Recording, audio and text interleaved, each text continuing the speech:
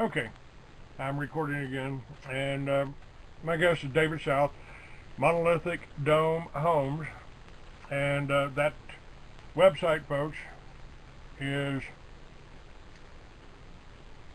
monolithic.com. Monolithic.com, and from there, you've got everything you need: domes, the resources, the products, everything there, and we'll have links to this site up forever because. You know, you've already got the Liberty Village. You know, you want the name, don't cost you nothing. You know, I want people to understand that we can be self-sufficient. We can take care of each other. You know, when 9/11 happened, I didn't see any looting. I didn't see any crime other than, you know, hauling the gold out from under the, you know, the night before. But it was people helping people. It was people working together, and that's probably the biggest drawback for the internet. You know, I've got your site up. You can go here. You can see everything. You can see how it's done. You can see what you've got. You can see what's already done. It's all right there. That's wonderful information. But if we don't put it into action, if we don't work together to spread this kind of information and this kind of independence, then we all end up being slaves to a system designed to take, you know, to you know, make a couple of $100,000 off your $100,000 investment. I believe that we owe it to ourselves to help other people. If we will help, if we will reach out and help, if somebody takes inappropriately, well, that's their problem, not ours. What we want to do is help each other. So what you are offering to people and why I want to promote you, not only is the information here and everything, but if they just take the Liberty Village concept, it really doesn't matter whether if they live in a neighborhood and they put one of your grow domes in the backyard. They don't have to worry about the city coming in, or the inspectors coming in, or the chemtrails getting their food. You know, it's a way to protect themselves. It's going to be a new way of life. And if everybody in that neighborhood did that, plus put a wind generator up. Now, what about the wind generator? What about the solar? Part of the drawback when I looked into solar was that they wanted to charge you so much for the solar panels that it would have taken you 10 years to make it up in what you would have been saving. What have you found on that? Unfortunately, I find that unless the government pays to help subsidize it, I've not seen solar work. But it's kind of a deal where you have to be a tiny bit careful. You got to save other places. In other words, we save 75% on the need for heating and cooling. Well, then it takes way less solar to take care of the heating and cooling. Now, it's a combined effort. You just can't do one thing without doing the other. You have to think it all the way through. Now, solar's got to be just perfect for a lot of parts of the world. Unfortunately, we got a lot of grubbers, a lot of people that are making solar tougher than it needs to be. I think if we stay with it, solar will be spectacular. Now, the wind generators, I'm extremely excited about this generator produced by directional energy. Now, it just so happens it works 100 times better on a dome than the conventional, but the directional energy generators are now in the price range where they'll generate electricity competitively. But even then, neither one of them can you guarantee that the wind's going to blow 24/7 or the sun's going to shine 24/7. So we have to use our head and come up with some more alternatives. I might have... Or go back to living like I used to in the mountains of Idaho, where you burn wood and you use kerosene lanterns. And and you had a windmill to pump your water, didn't you? I didn't there, but I would have if I'd have lived down on one of the ranches. Yes. Now, there is an alternative there, and as a matter of fact, I could probably arrange for this to happen. But I've got a friend of mine that's an engineer, built cars for NASCAR, things like that, and he built a magnetic generator and ended up taking it apart because he was afraid, because he generated more power and got $400 back from the electric company, and he was afraid they were going to kill him. But he's right there in Texas, and we talked about having this generator buried in the middle of one of these villages, and being able to generate enough power to run the whole place. The magnetic generator, I've heard about, I've seen talk about. I know that there are people that say they've got it. I haven't seen it. I do believe that if enough of us could see it, we could put it out so no one person would control it. Then we wouldn't have the fear of somebody killing them. I believe that too, and we could build those. All he needs is a machine shop. Got a many machine shops around? He's right there in Texas. Well, I'm one that's willing to help promote it and push it. See, nowadays, with the website, we can put stuff out where it's no longer secret. Well, we can do that. We also have GEAT. I've got GEAT up on my website, Paul Pantone's carburetor that'll double your mileage on your car and run anything. I helped Paul get started when we were driving around with a little 5-horsepower Briggs & Stratton motor in the back, and we poured oil in the gas tank and it ran with this carburetor. Well, it's kind of fun, isn't it? It is. You know, to me, it's a challenge, David. I mean, it's never been easy to be free, has it? No. No time in history. Somebody always wants what you got. They want your wife. They want your land. They want your food. They want something, you know. So we've always had to defend it. And I don't want one of the problems that we've got is how do you fight evil without becoming evil? And it's almost like what we've done in America. You know, we became the bad guys around the world, you know, instead of the British this time. And I have your way of life, your way of life, and what you're talking about, what we're talking about, independence, living, you know, just being responsible for yourself, not destroying the whole environment, but being productive, growing food. If we don't get these grow domes in everybody's house, there's going to be, there was 50 million people, or at least 10 million into Ukraine alone that starved to death. That's like 10 million people dying in Kansas, starving amid all the wheat. And what makes you think it can't happen here, folks, you know? Well, unless we make an effort to help each other, it will happen. I'm going to put Russell, the engineer, in touch with you. I'll give him. I would love it. I'll give him your extension. He's right there in your area. You're probably not 50 miles apart. He's down in, I believe he's down in the Austin area. 100 miles maybe. And I will alter the website. Now, as far as folks, I don't have to change nothing about my Liberty Village concept. If you want to live in a teepee, you got 10 people who want to live in a teepee in an old Indian village, you know, made modern, brought into the 21st century, you can still do that. I don't make the tents, you know, I don't make the domes. I'm just trying to give you the information of a different way of life. This is a different way to live. Being actually responsible for yourself, for your family, for your neighbors.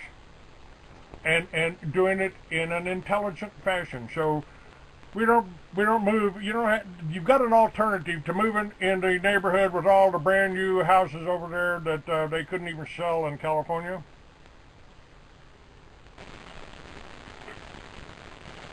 You don't have to have a neighborhood association, in other words, to live comfortably. It might be interesting to know that I had a man, fantastic man, come here one day from Houston, and he said, "I'm trying to help orphans in Mongolia." He said, "Could you help me?" And I said, "I don't have the money to help you, but I could teach you how to build your orphanages in Mongolia." And so I taught him and his crew, and he got some donations, so we were able to finance it and send them over there. And we're building concrete domes in Mongolia by hand. And it's been 5 years we've been doing this, and they're running strictly on their own. I don't keep a piece of it. But anyway, a couple of the Mongolians, he brought them over here last year just for fun. And we walked around the place here, and they looked and talked. And I said, "Well, how are the concrete domes as compared to your yurts?" And he laughed. The guy laughed, and he said, "A yurt is cold. The domes are wonderful." And I thought a lot about that. You know, he doesn't want any more yurts. He wants something that's done, permanent, can't be burned. And that was one of the things he said, you always have to worry about burning the yurt. Same thing with a teepee. You build an open fire in it, you better be paying attention. And there's I've thought of another advantage, according to the old Indian legends, there's no corners to catch evil spirits. Well, I do quite a bit of work with the Native Americans. I built a lot of buildings in Arizona, and schools and lodges and housing, and they really like the fact that they're done once and they're done. They won't have somebody tearing them apart and burning them in the woods sold. That's I think we followed the wrong role model. We built the European style villages over here instead of going along with the Indians. Well, it was easy to cut down trees and make a square building, and so consequently we did it that way, and we just never got out of the habit. I mean, I have a little, on YouTube, I have a 21st century website that I use. It says, we still build a house exactly the way Grandpa did. They use the same nail, they use the same hammer. Oh, we got some automatic hammers and we got some automatic saws, but we've made no improvements in the last 100 years. Same house. Yes, ridiculous. Maybe not even that good. I mean, I stopped in Kansas to see an old sod house, been there for 150 years. I don't know if we made any improvements. I don't know either. Now, are people picking this up and people doing this all around the country? Are they people starting to use your construction methods in building? We're the last 3 years since the economy caved in. We're not seeing nearly as many houses because they can't borrow the money. A dome home, the banks, they don't want to finance anything that doesn't look like grandma's. So we've lost a huge benefit because of that. But I'm building more industrial buildings and school buildings. I'm building quite a few schools right now. Probably have 3 under construction and 5 in design. And the school buildings, we're saving them enough energy to pay for the building in 20 years. And so and they've got a tornado shelter. So we're doing a lot with schools. So there's quite a lot of things happening there. The little rental units, I'm getting some people that are building rental communities of their own, and I see some real merit at that. In order to stay alive, I'm doing quite a bit of things with the fertilizer buildings because the farmers have been making some money. What is that, the fertilizer? Tell me what that is again. The fertilizer building? We're building blend plants so that they can blend the fertilizer to go out on the fields in blend plants. We're also doing quite a bit with composting. We have some fabric that we can use. You can compost. We put the fabric over a compost pile and it'll not stink. It'll let the air molecules out, but it won't let the stink molecules out. Now the gentleman that had doing 1 million pounds of food, he was growing fish and running basically an aquaponics thing, and he was heating the place with compost. Well, we're going to see a lot more of that. Fish aquaculture, you mentioned the grow domes. We're also going to see a huge growth in fish. He's creating 1 million pounds of food a year. Oh yeah, oh yeah. On 5 acres, folks. And this is the now they aren't going to like it, because this takes away from the profits of the corporate firms. I would take it in Liberty Villages. I wouldn't allow chipped chickens, and I won't allow, anybody coming in to put meters on my wells and things like that. We've got to stand up for our independence a little bit. Well, you take care of it. Take care of yourself. Now, like me, I have 1 meter for my whole place here, including your children's homes. My water, the homes they let them meter them separately because it saved money. Okay. We could have done it either way. What do you see? I mean, you're a businessman. You're doing business worldwide. What do you see in the immediate future here in the United States? We've got a lot of different issues. I talk about them all from one time to another. But to me, this is the most important, because no matter what happens across the world, if you've got your home set up and you've got your food supply secured, you can survive anything. You can go along with whatever happens around you, because you're taking care of yourself and your family. Well, you've asked me what do I see. I am extremely concerned with our move towards socialistic society. I am very, very, very concerned about turning this world into a socialistic place, because it has been proven to not work. I'd like to go back further rather than further. I like it where people take care of themselves, take care of their families, take care of their friends on a volunteer basis, rather than have somebody say, oh, we all owe it to everybody. And my problem with that is that I just don't like it. I don't like it. This jobs program, I want to pay people for what they do, and they'll make a jobs program. The whole thing about the Liberty Villages, if the veterans want to put their labor in for a place to stay, we can certainly use that. We can certainly make that work. Well, I'm going to assume that you've read Ayn Rand's book. I have. Atlas Shrugged. I have. I read that. I love one of Ayn Rand's quotes. The government has no control over honest citizens, so they have to make criminals out of us. Yep.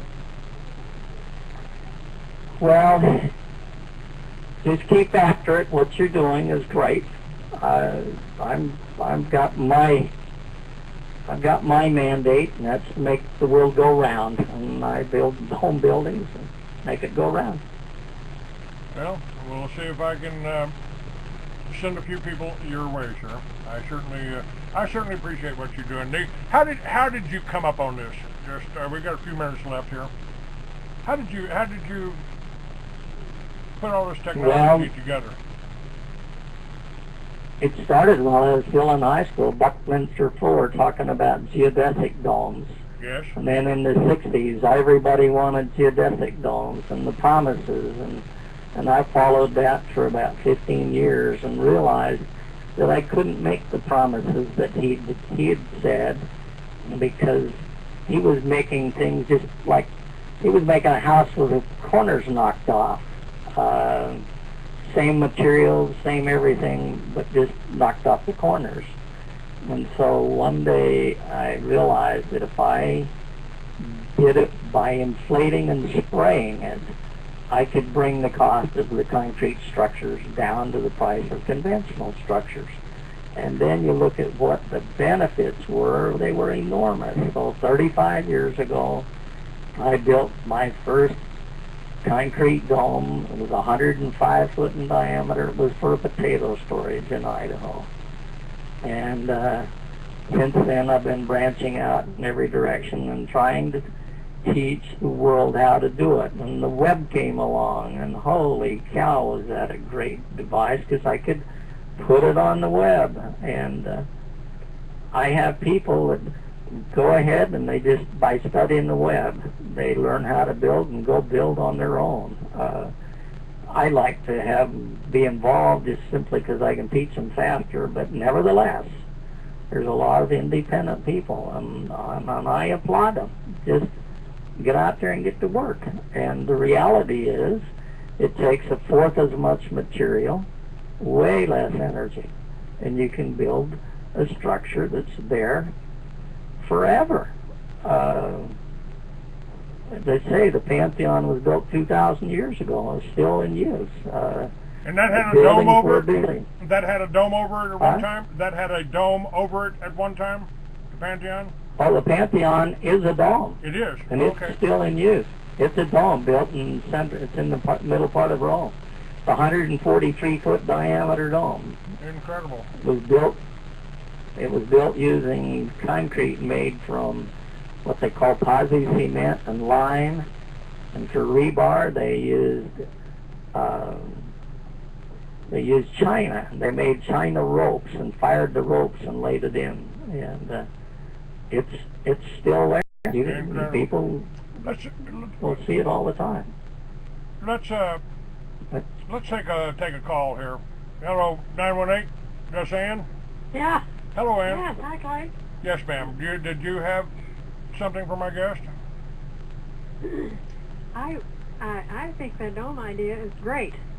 I had seen about the concrete domes. Is that your outfit? In Popular Mechanics and other places?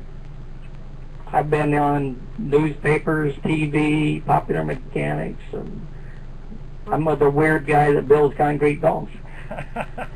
I know this thing. There is one outfit. I'm not sure, down on the South Coast that has a dome on a barge, and they survive all the tornado, all of the hurricanes. I do not. I'm not.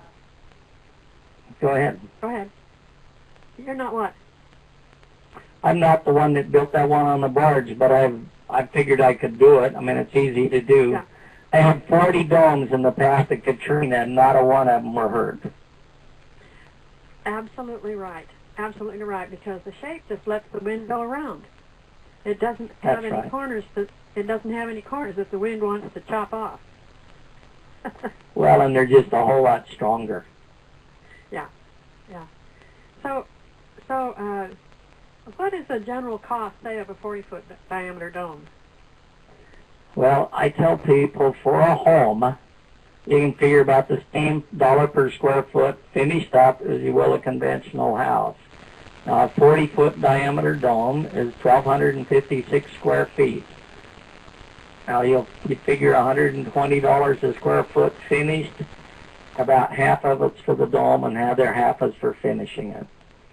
Now that varies depending on where you are. Now this broadcast will go a lot of places. If you go into Arizona or California, you're going to cost you more because the cost of construction's more there. You head out into Texas and in the more rural areas, you can save money on that. I see. What is the concrete mix? You know, the gravel to sand to Portland cement. Okay, you use primarily the sand that they would normally use, and then about 20 to 3%, 3/8 minus aggregate. So it's essentially 3/8 inch down to nothing. You would get a concrete plant. Well, okay. Now, in the WPA days, and Hoover Dam was built with the WPA, the federal mix, which is 3-2-1, 3 aggregate, 2 sand, and 1 Portland cement. So I was wondering how close to that ratio are your domes built with? I use more cement than they do for the dams.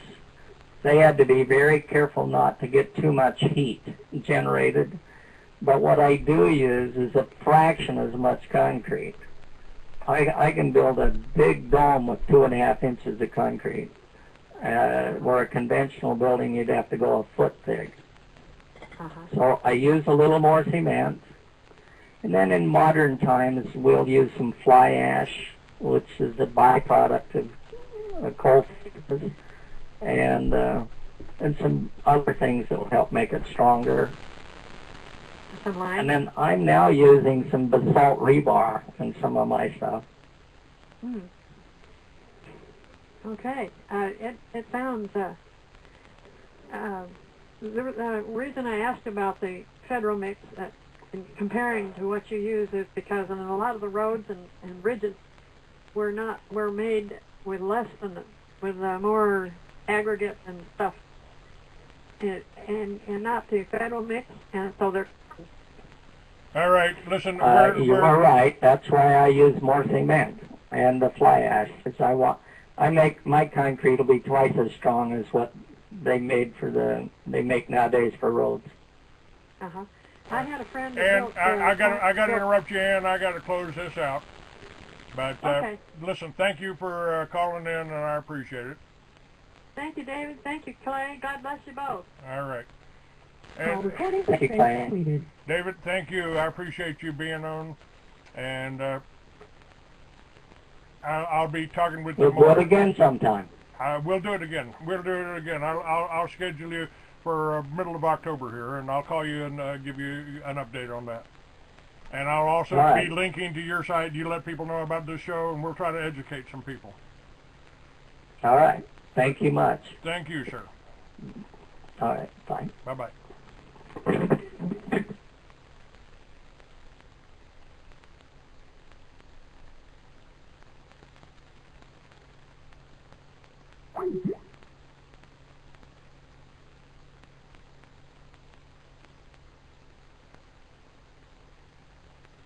All right.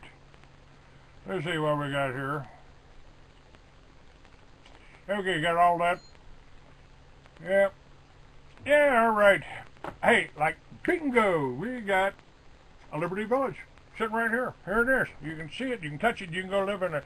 Well, not quite. Not quite. Got one other thing. It takes people to work. So if those people that are living in those domes and paying that rent, if they were working to pay for their domes and keep this thing going, then it works again. Works again. Okay. Where we got? We still got a few minutes left here.